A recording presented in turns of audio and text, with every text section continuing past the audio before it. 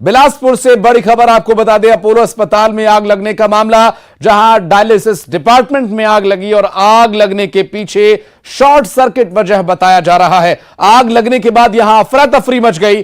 Police दमकल की मदद से आग पर काबू पाने का प्रयास किया जा रहा है। पुलिस की टीम यहां जुटी हुई है।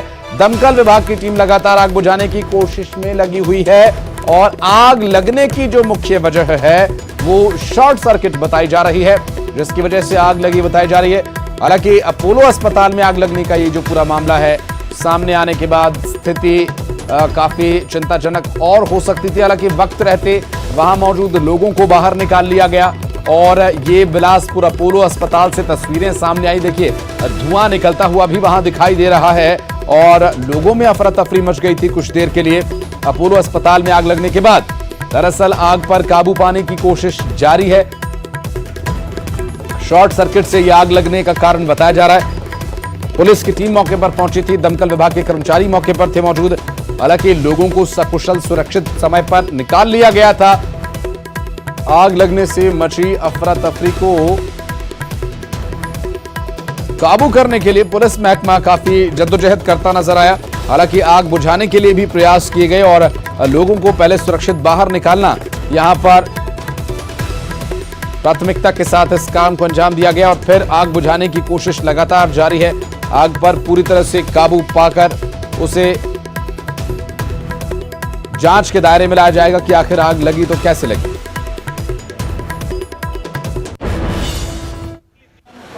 ये अपोलो अस्पताल का इमरजेंसी प्रवेश द्वार कहलाता है और जैसा बताया जा रहा है अभी तो खैर धुआं को बहुत ज़्यादा कंट्रोल करी गया। अंदर का थोड़ा सा नज़ारा दिखाएं कि अंदर अभी भी धुआं जो है वो काफ़ी ज़्यादा फैला हुआ है और जो दमकल के कर्मी हैं वो लगातार प्रयास कर रहे हैं कि अंदर जो फैला हुआ धुआं है उसे दूर किया जा सके।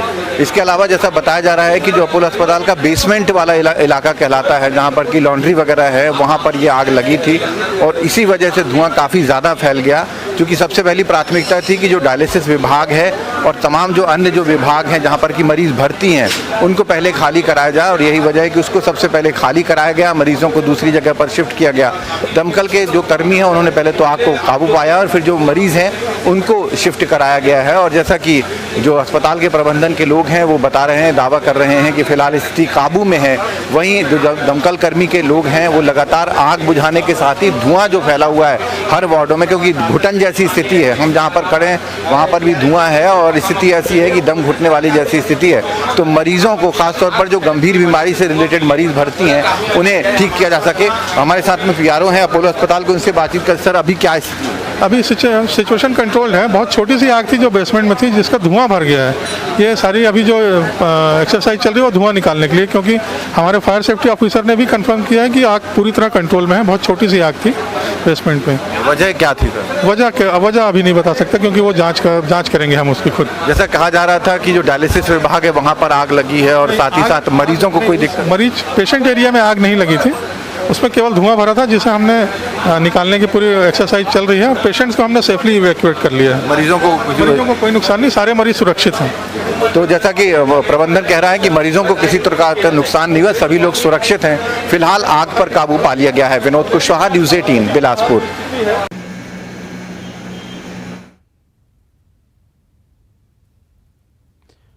और विनोद हमारे सहयोगी इस वक्त हमारे साथ मौजूद हैं, उनसे बात करेंगे और ताज़ा अपडेट्स उनसे लेंगे, जानने की कोशिश करेंगे कि आखिर क्या स्थिति वहां पर बनी हुई है। और विनोद, आपके पास आ रहे हैं और ये बताइएगा कि क्या कारण रहा अभी, कैसे पता चला आग का, कब लोगों तक जानकारी पहुंची और फिर कैसे रेस्क्यू ऑपरेशन शुरू हुआ और अभी क्या है ताज़ा अपडेट?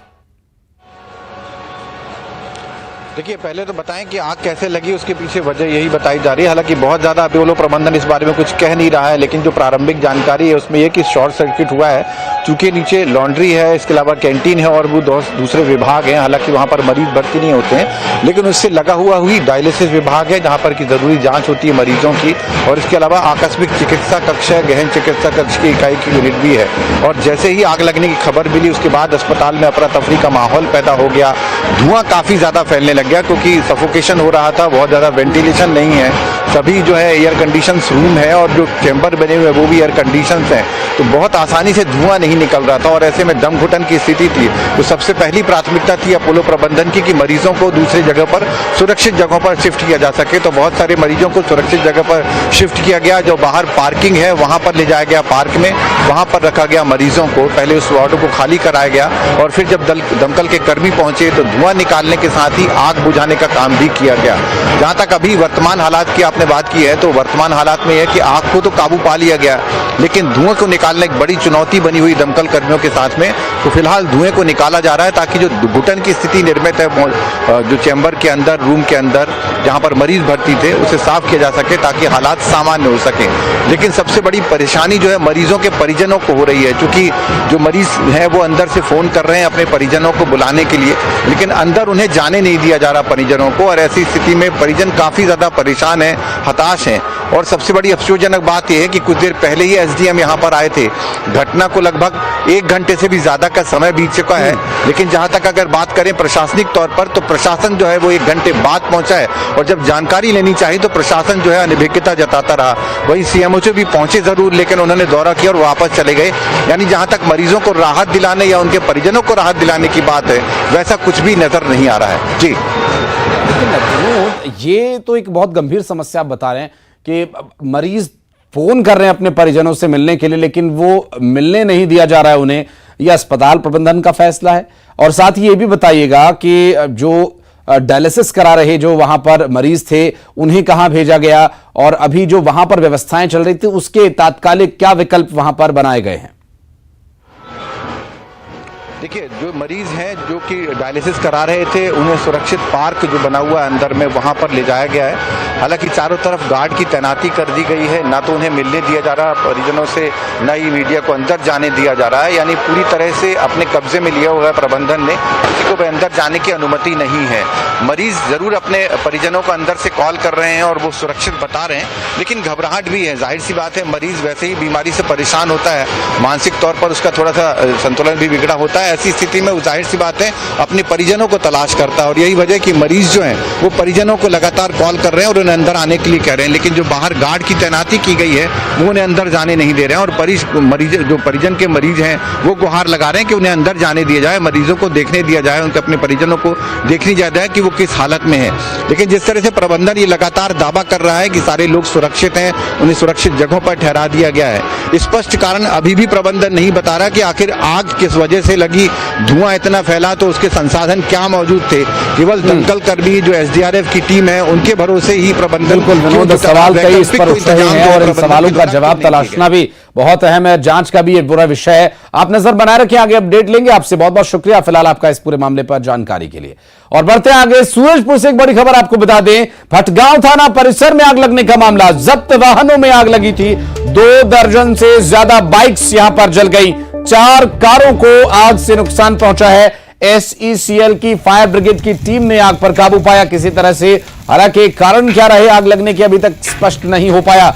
सूरजपुर से बड़ी खबर, भटगांव थाना परिसर में आग लगने का मामला, जब्त वाहनों में आग लगी और 2 दर्जन से ज्यादा बाइक्स यहां जल गई और चारों तरफ धुआं ही धुआं यहां उठता हुआ दिखाई दिया। आग की लपटें भी आप देख सकते हैं। एसईसीएल की फायर ब्रिगेड की टीम ने आग पर किसी तरह से काबू पाया और फायर ब्रिगेड की टीम ने आग पर काबू पाया। आग लगने के कारणों का अभी तक खुलासा नहीं हो पाया है और ये तस्वीरें हम आपको दिखा रहे हैं सूरजपुर से। इस वक्त बड़ी खबर, भटगांव थाना परिसर में आग लगने का यह मामला।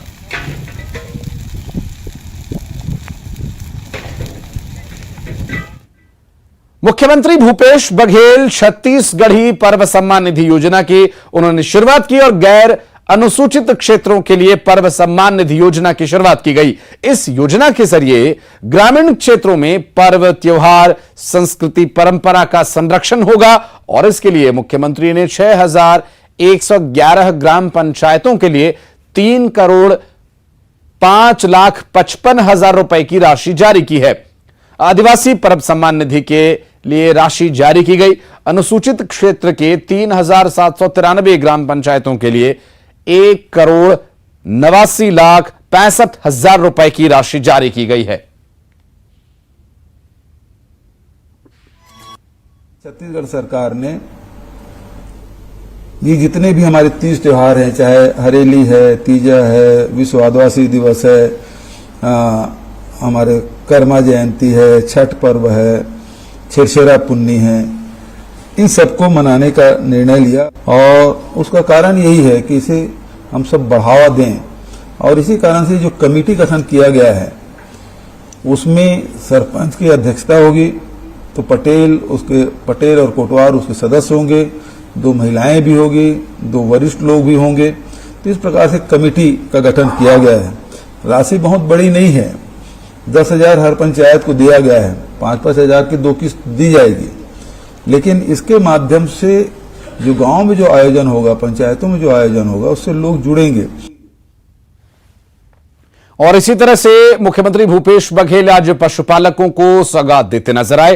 गोधन न्याय योजना के तहत किसानों को 4 करोड़ 40 लाख रुपए की राशि जारी की गई और 2 करोड़ 58 लाख गोबर संग्रहकों को भी जारी किया गया। 1 करोड़ 81 लाख गौठान समिति और स्वसहायता समूह को भी राशि का भुगतान किया गया।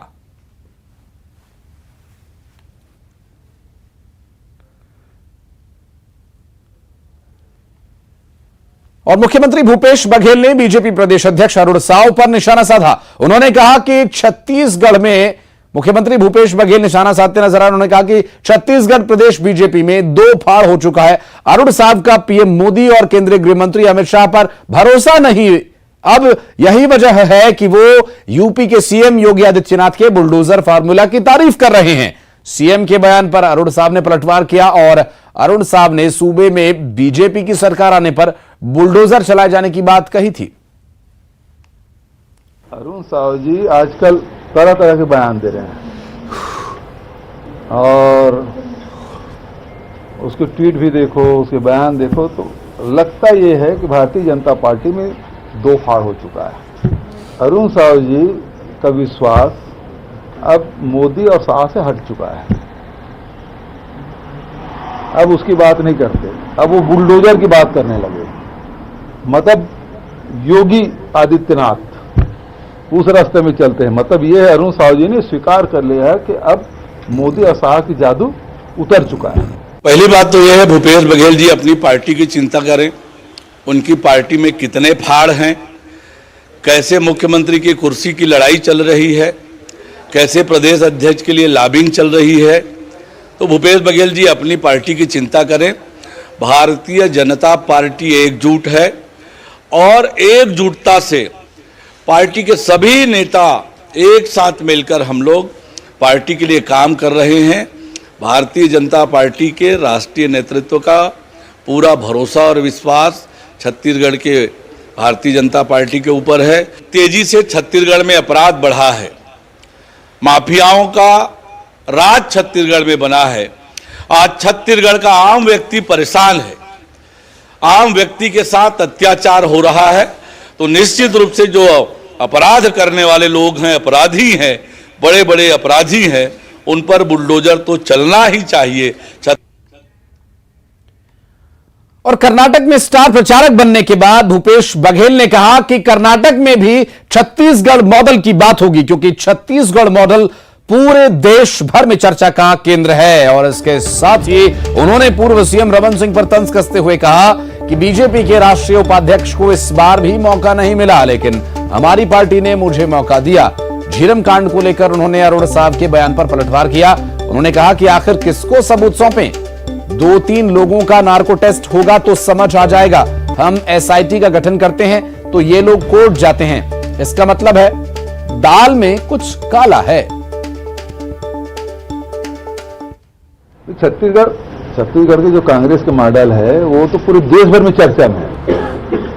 चाहे किसान हो, नौजवान हो, महिला हो, आदिवासी हो, गरीब हो, उस सब के लिए योजनाएं बनी हैं।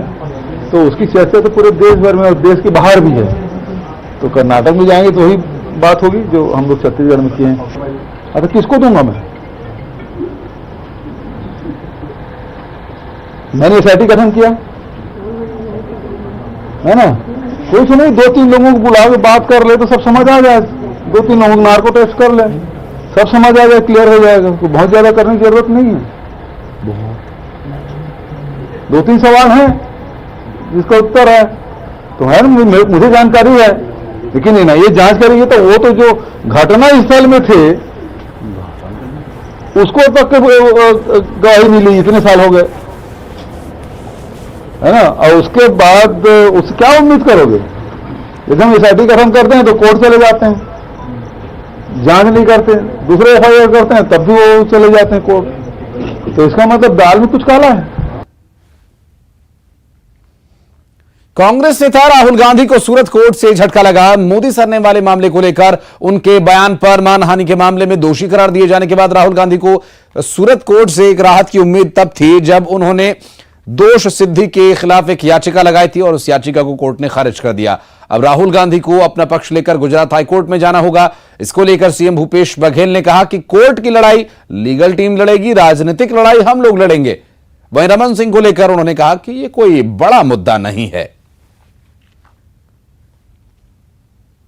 वो तो न्याय, देखिए, एक तो प्रजातांत्रिक लड़ाई है जिसको हम लोग लड़ रहे हैं, मसाल यात्राएं किए हैं, बहुत सारे आंदोलन कर रहे हैं। दूसरी तरफ जो न्यायालय, वो तो राहुल जी पहले क्लियर कर चुके हैं, न्यायालय की जो लड़ाई है वो लीगल टीम है, वो लड़ेगी, और दूसरा राजनीतिक लड़ाई है वो हम। देखिए, अभी हाई कोर्ट है, सुप्रीम कोर्ट है, हमें उम्मीद है हाई कोर्ट और सुप्रीम कोर्ट में हम राहुल गांधी जी को न्याय मिलेगा। भारतीय जनता पार्टी लोकतंत्र की, प्रजातंत्र का गला घोटने का प्रयास किया जा रहा है, मगर हमें उम्मीद है हाई कोर्ट और सुप्रीम कोर्ट में हमको न्याय मिलेगा। राहुल गांधी की याचिका खारिज हो तो होना ही था, और उस याचिका में और इस याचिका में कोई बहुत ज्यादा महत्वपूर्ण नहीं था। प्रदेश में भीषण गर्मी के बीच कई जिलों में बारिश होने से लोगों को गर्मी से कुछ राहत मिली है। मनेंद्रगढ़ और कवर्धा में बारिश होने से चिलचिलाती गर्मी से लोगों को राहत मिली है। और आपको बता दें कि ये बारिश इस भीषण गर्मी के बीच एक राहत बनकर आई है और मनेंद्रगढ़ और कवर्धा में बारिश की वजह से लोगों को कुछ राहत मिली है। चिलचिलाती चुभती गर्मी लगातार लोगों को परेशान कर रही थी कुछ दिनों से। ऐसे में थोड़ी बारिश हो जाने से लोगों की जिंदगी में खुशनुमा बहार आई है। जहां ये मनेंद्रगढ़ और कवर्धा में बारिश के बाद मौसम थोड़ा अच्छा दिखने लगा है और लोगों को अब गर्मी से कुछ राहत मिली है।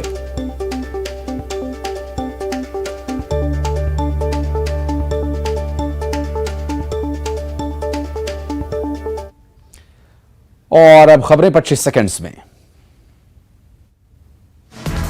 कर्नाटक में स्टार प्रचारक बनने के बाद